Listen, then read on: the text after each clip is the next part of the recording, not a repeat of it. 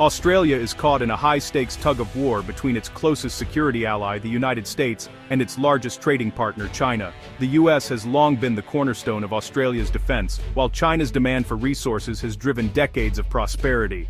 But what was once a strategic advantage is now a source of national anxiety. The era of balancing both powers is over. Australia must now navigate a widening rift. Every policy decision, defense, trade, technology, is scrutinized through the lens of US-China rivalry. Aligning too closely with the US risks economic retaliation from China. Prioritizing trade could undermine security. The comfortable middle ground has vanished. Australian leaders can no longer avoid choosing sides. The stakes are real. Jobs, public services, and national security all hang in the balance. Australia faces a treacherous path, where every step risks alienating one of the two giants shaping its future. The question is no longer how to benefit from both, but how to survive the fallout of their competition. In 2020, China turned economic threats into reality, slapping harsh trade restrictions on Australia after calls for a COVID-19 inquiry. $30 billion worth of exports, wine, barley, beef, lobster, were suddenly blocked or heavily taxed. The message was clear: prosperity comes with political strings. Businesses and communities suffered, exposing the dangers of over-reliance on a single authoritarian market. The government stood firm, but the crisis sparked a national reckoning about economic sovereignty. Companies scrambled to find new markets in India, Vietnam, and the UK. The lesson was brutal but clear.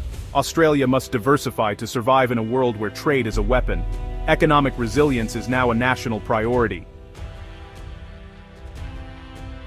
By 2023, a new Australian government sought to stabilize relations with China, leading to a gradual lifting of trade bans. Barley tariffs were dropped, and Australian wine, beef, and lobster returned to Chinese shelves. Diplomatic gestures followed, but tensions lingered. Security disputes and human rights issues remained unresolved. The scars of economic coercion run deep. Australia's strategy: engage diplomatically but stand firm on core values. Exporters welcomed the reopening of the Chinese market, but no one expects a return to the carefree days of the past. The experience has left Australia wary, knowing prosperity can vanish overnight. The relationship is repaired, but trust is fragile. The beef and wine industries reveal how superpower politics reshape global trade. When China banned Australian beef, other nations filled the gap, until a new US-China trade war erupted. In 2025, China blocked most US beef, devastating American ranchers and slashing their market share. Australia, newly readmitted, seized the opportunity. Exports to China soared by 42%. Brazil benefited even more, dominating the market. In wine, the removal of tariffs let Australian producers rebuild, while US exporters faced uncertainty. For Australian farmers and winemakers, success now depends as much on global politics as on quality. One day, they're sanctioned; the next, they profit from others' misfortune. The market is no longer driven by supply and demand alone, but by shifting alliances and retaliatory tariffs.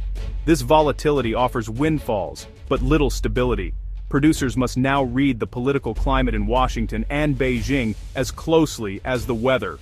The rules of trade have changed. For Australia, geopolitics is now a business risk.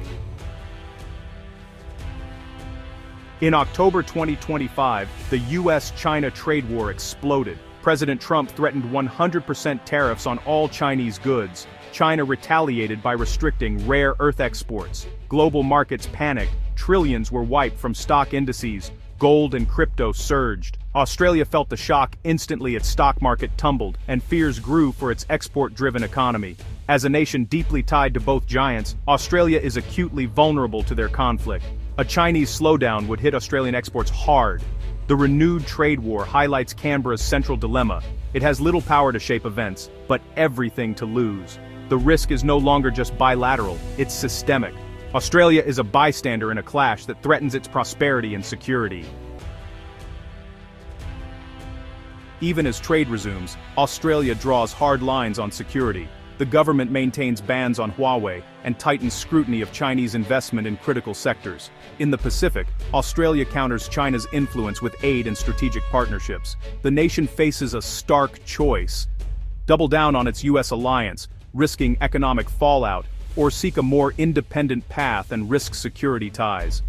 The middle ground is shrinking fast. For ordinary Australians, these decisions affect jobs, prices, and daily life. The Indo-Pacific's stability and Australia's future hang in the balance. The choices made now will shape the nation for decades to come.